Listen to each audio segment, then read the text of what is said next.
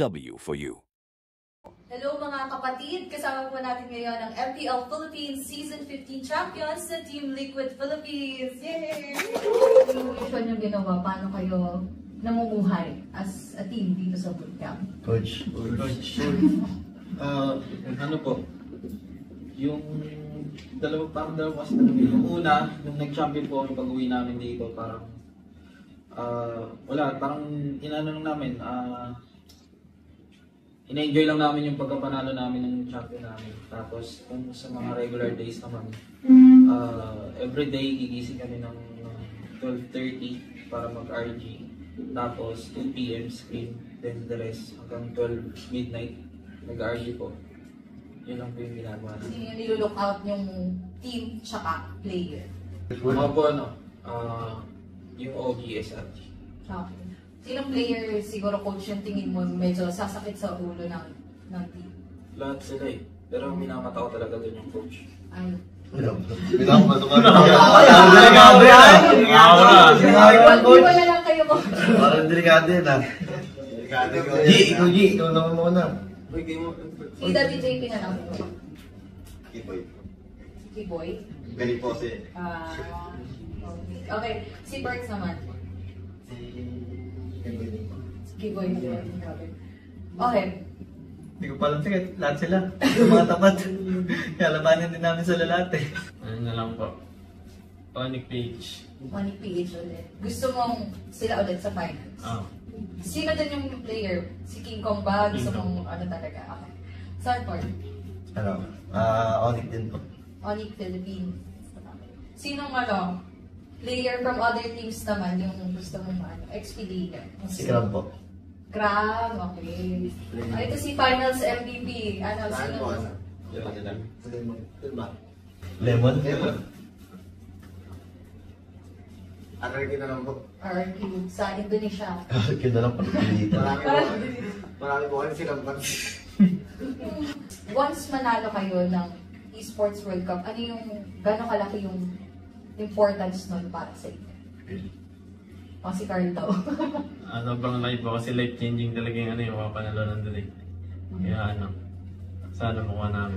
Ano yung parang gusto nyo din ma-improve personally para mas makuha nyo ba yung championship sa Esports World Cup? Sa akin po siguro yun kailangan ko pa pong mas mag-improve pagdating sa mga drafting, analytics. Isa lang sa coaching staff ko, kailangan pang i-improve talaga.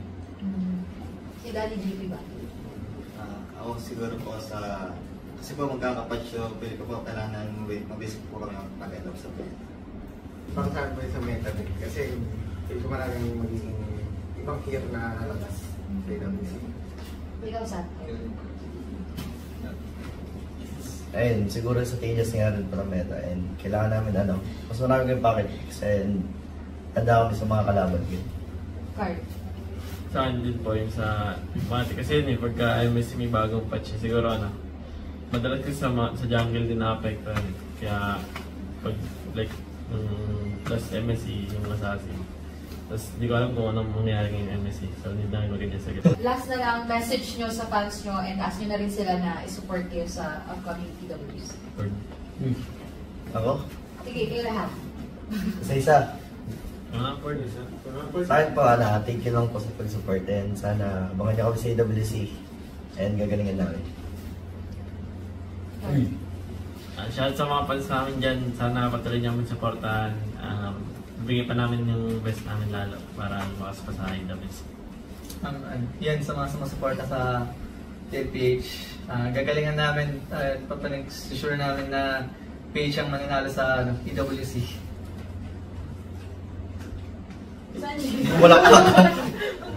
Thank you guys.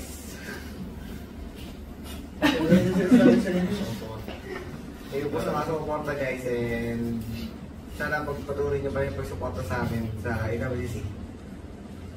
Sige, Coach. Sa mga sumusuporta po sa Team Liquid, yung mga cavalry, and sa mga malalayang lugar na pupunta lagi sa mga venue para lang suportahan kami.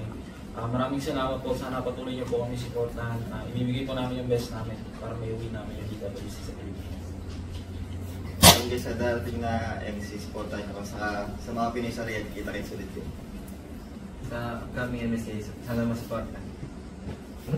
Ayun, thank you so much, Team Liquid Philippines. Abangan niyo sila sa esports workshop sa marating na July. Bye! Bye-bye!